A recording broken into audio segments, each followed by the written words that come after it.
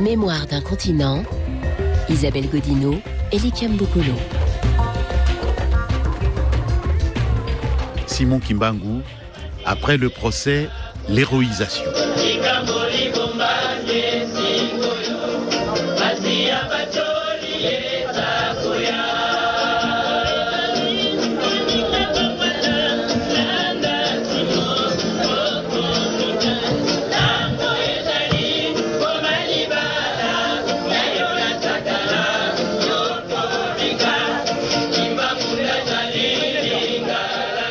Le 3 octobre 2011, la ville de Mbanza-Ngungu, en République démocratique du Congo, a vécu un événement tout à fait exceptionnel. La réhabilitation du prophète Simon Kimbangu, condamné en 1921 par la haute cour militaire de ce pays qui s'appelait alors le Congo belge. Le matin du 3 octobre, l'acte d'annulation du procès et donc l'acte de libération du prophète Simon Kimbangu et de ses compagnons a été, selon le langage des juristes, signifié au chef spirituel de l'église kimbanguiste, petit-fils du prophète Simon Kimbangu et dénommé Simon Kimbangu Kiangani. Dans l'après-midi du 3 octobre, tout le monde, les fidèles, les sympathisants, les patriotes, le Congolais moyen, les forces de l'ordre, tout le monde a été convié à la fête organisée au stade de Mbanza-Ngungu. 30 000, 40 000, 50 000 peut-être personnes regroupées dans le petit stade, des milliers d'autres participants obligés de rester à l'extérieur. Cette fois-ci, ce sont les officiels qui vont expliquer au peuple la signification et la portée de l'œuvre de Simon Kimbangu. Le tout au milieu des fanfares, des chants, des danses, d'une foule immense, vibrant à l'unisson avec les orateurs. Reportage.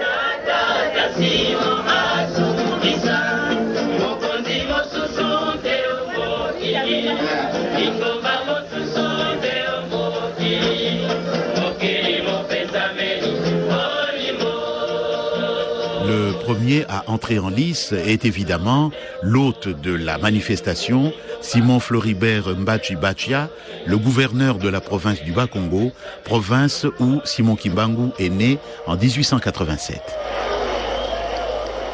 Ce lundi 3 octobre 2011 restera gravé en lettres d'or dans la mémoire du peuple congolais en général et du peuple Mukongo en particulier. Il s'agit, comme nous le savons tous, du jour de la remise officielle du verdict prononcé en date du 22 juillet 2011 par la haute cour militaire de la République démocratique du Congo, verdict portant révision de celui qui avait été prononcé en date du 3 octobre 1921 par la justice militaire coloniale et qui avait condamné à mort le prophète Simon Kimbangu ainsi qu'un certain nombre de ses adeptes. Nous commémorons donc aujourd'hui, jour pour jour, le 90e anniversaire d'une véritable infamie, d'un véritable déni de justice qui avait condamné à la relégation, aux travaux forcés et donc à une mort quasi certaine des milliers de familles issues du Bas-Congo, y compris des enfants, et dont le seul tort était d'appartenir et d'être soupçonné d'appartenir à la mouvance de Simon Kimbangu. En effet, de 1921, année de l'arrestation de Simon Kimbangu, à 1959, année de la levée de la mesure portant interdiction du kimbanguisme en tant que mouvement religieux, plus de 37 000 familles, essentiellement originaires du Bas-Congo, ont subi les pires atrocités, soit plus de 150 000 personnes. Ces milliers de familles ont été ainsi déportées pour un exil intérieur dans des contrées situées à des milliers de kilomètres de leur milieu naturel, Imaginons un seul instant la torture morale que devait ressentir un ressortissant du Bas-Congo relégué à Elisabethville, Ubundu, Belingo ou Loa en 1921, époque où la mosaïque des peuples composant le Congo belge vivait encore en quasi-autarcie, époque où la conscience nationale n'était même pas à l'état embryonnaire, époque où même un peuple voisin pouvait rapidement être assimilé à un peuple ennemi. Ces milliers de familles ont subi de pires services dans de véritables camps de concentration d'Ikafela, de Loa ou de Belingo, pour ne citer que ces quelques endroits sinistres. C'est ainsi que de ces 37 000 familles, seulement 2 000 survivront à l'éloignement et au mauvais traitement. Après le gouverneur du Bas-Congo, vient Gilbert Yave Chibat, le vice-gouverneur du Katanga, capitale Lubumbashi, la riche province où Simon Kimbangu a été emprisonné et où il est mort en 1951. L'Afrique écrira sa propre histoire, elle sera au nord et au sud. Une histoire de gloire et de dignité, disait un homme politique congolais. Le Congo a déjà son histoire. Celle-ci est une histoire d'une lutte juste qui a donné lieu à la victoire que nous avons l'honneur de célébrer ce jour. J'ai l'honneur de vous saluer au nom du peuple du Katanga, son gouverneur, pour cet événement grandiose. C'est aussi l'occasion de rendre un vibrant hommage à ce digne fils du pays, artisan de la paix et de l'unité de la RDC, sans lesquels cet événement n'aurait jamais eu lieu. J'ai cité Joseph Kabila Kabange, président de la République, chef de l'État et candidat à sa propre succession. Cette cérémonie est l'accomplissement d'une prophétie faite en son temps par son éminence Nyangenda Coutima en ces termes: Nyonso kangamaki awa, nyonso yakofungama awa na mazangungu. J'espère avoir bien transmis cette idée. Je voudrais aussi ici, en se souvenir de ces paroles, rendre hommage à la grande mémoire de celui qui incarnait alors la préparation du peuple de Dieu pour la terre promise. À titre de rappel, c'est en décembre 1921 que Simon Kimbangu entrait au Katanga par le territoire de Kongolo en provenance de Maniema voisin. De Kongolo, il emprunta la voie fluviale en passant par Kabalo, Manono, Malembankulu et enfin Bukama, où il fut mis en chambre froide en attendant le passage du train qui le ramena jusqu'à Lubumbashi. Toute la population de ces contrées le regardait à son passage avec compassion et consternation.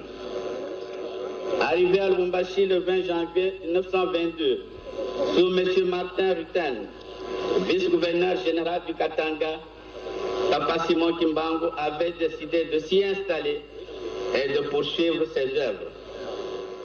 Nous avons toujours la fierté et la joie de dire que Papa Kimbangu est katangais pour les raisons ci-après. 1. Dieu a mesuré et pesé tous les pays, n'a rien trouvé de mieux pour le peuple noir que la terre de la RDC. 2. Il a mesuré, Dieu bien entendu, il a mesuré toutes les cités et a préféré que Kamba au Bas-Congo soit le lieu de naissance de Simon Kimbangu le 12 septembre 1987. Et le Katanga, où il a mené toutes ses activités, soit le lieu où il trouvera la mort le 12 octobre 1951. 3. Papa Simon Kimbangu était physiquement à Kasombo, au Katanga, en prison, mais spirituellement libre pour exécuter sa mission divine à travers le monde. Le 4 octobre 1951 à Lubumbashi, Papa Simon Kimbangu dira aux Blancs que sa prison était terminée sans aucune décision judiciaire ou administrative. 5. Le 12 octobre 1951, il meurt à Lubumbashi à 64 ans d'âge, un œil fermé, un autre ouvert. C'est un phénomène unique au monde. 6. Le 25 mars 60, 9 ans sous terre après son exhumation, son corps demeure incorruptible jusqu'à ce jour. Le fleuve Congo trouve sa source au Katanga et se jette au Bas-Congo. La ligne électrique à haute tension prend son départ au Bas-Congo et se termine au Katanga. L'homme blanc n'a fait qu'exécuter la volonté de Simon Kimbangu, contrairement à ce que les colonisateurs pensaient. Encore une fois, le vœu de Papa Kimbangu vient de se réaliser. Il avait soif de la justice. Le ciel aujourd'hui vient de se montrer reconnaissant en rendant un jugement d'acquittement à titre posthume grâce à la vision du chef de l'État, son Excellence Joseph Kabila Kabange. Le ballet des plus hauts responsables de la République démocratique du Congo se poursuit avec André Kimbuta Yango, le gouverneur de la ville-province de Kinshasa. Si aux yeux des fidèles Kimbanguis, cet événement revêt une importance capitale dans le processus de la libération intégrale de l'homme noir, aux yeux des Congolais, il vient renforcer davantage l'idée et la nécessité de consolider l'indépendance nationale dont Simon Kimbangu aura été sans conteste les pionniers pour notre nation. En même temps, aux yeux des Africains et du monde en général, l'événement de ce jour symbolise la détermination universelle de peuples à lutter et à arracher la liberté face à l'oppression de quelque nature que ce soit. Éminence, Excellences, honorables, Mesdames et Messieurs, Papa Simon Kimbangu n'est ni du peuple Mukongo, ni de Katangé.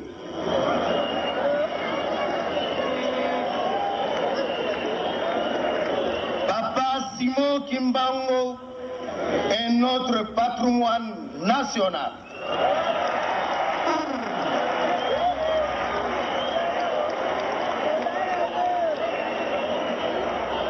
Ses valeurs personnelles et son aura mondial font la fierté de notre nation dans sa pluralité et diversité. C'est donc à juste titre que la nation congolaise reconnaissante l'a inscrit dans son panthéon et que le président de la République, son Excellence, M.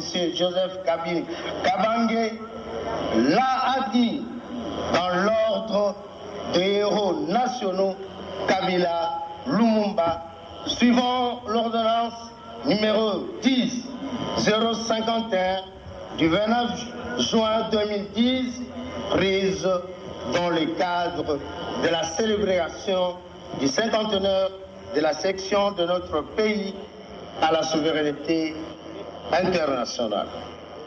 Puisse donc le chef de l'État être remercié et félicité pour avoir formalisé et matérialisé ces souhaits profonds du peuple congolais.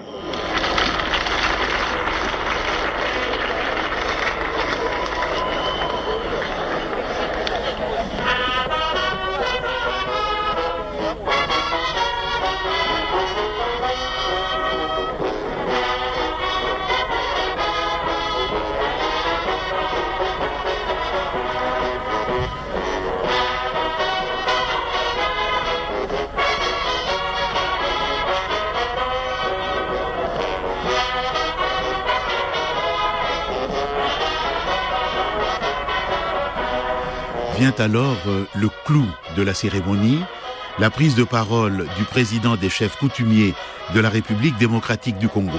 Il se dénomme Mfumu Dissima Bol.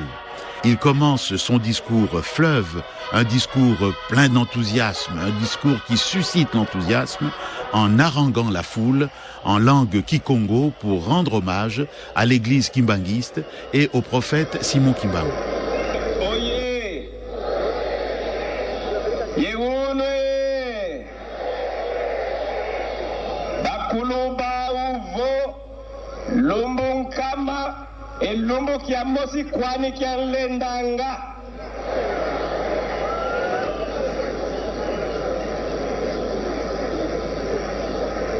Kimbangisme oye! Uno tuyangalale kwetu kadikiwai kiamene tata Kimbangu putukiririaka. Le chef Dissima Bol poursuit en lingala avec des formules plus ou moins ésotériques pour dire que ce qui a été scellé en Banzangungu va être décellé en Banzangungu et que le prophète est libéré et qu'enfin les chefs traditionnels donnent la totalité de leur pouvoir à son descendant Simon Kimbangu Kiangani.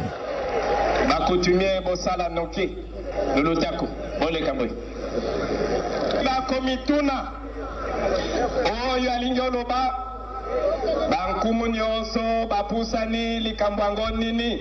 Les chefs se sont rassemblés aujourd'hui, mais de quoi s'agit-il?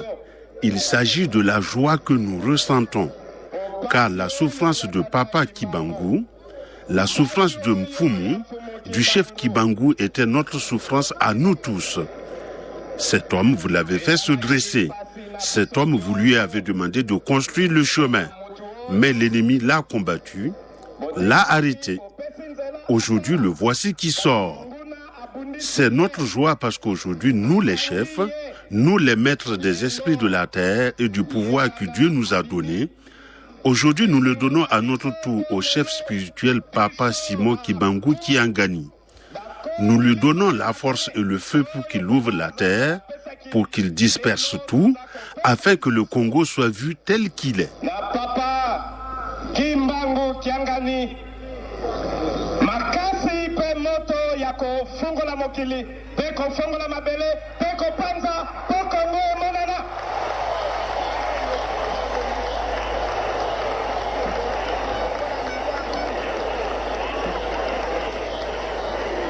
La fête est donc terminée. Voilà Simon Kimbangu érigé en héros, héros du peuple Congo, héros de la République du Congo, héros de l'Afrique et finalement prophète universel pour tous les croyants.